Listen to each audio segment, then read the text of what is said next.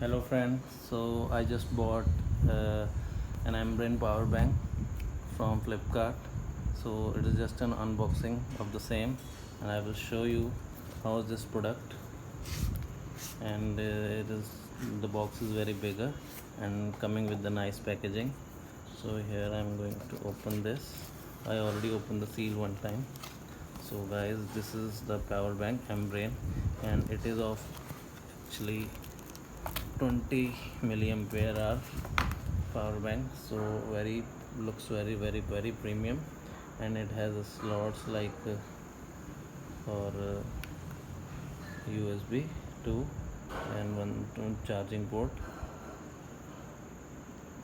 One is C type and one is micro USB port, and this is basically the on button and off button, and it is a branding of Ambrane.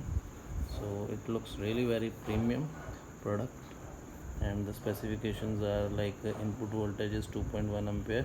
So what it comes along with, we got this USB cable along with this power bank, and companies are doing some very cost reduction, so that's why they are not offering any charge adapter. So this is the user guide something, and this is a warranty card. And one good thing about this is, let me keep it on the side, we also got one pouch in which you can easily carry this power bank.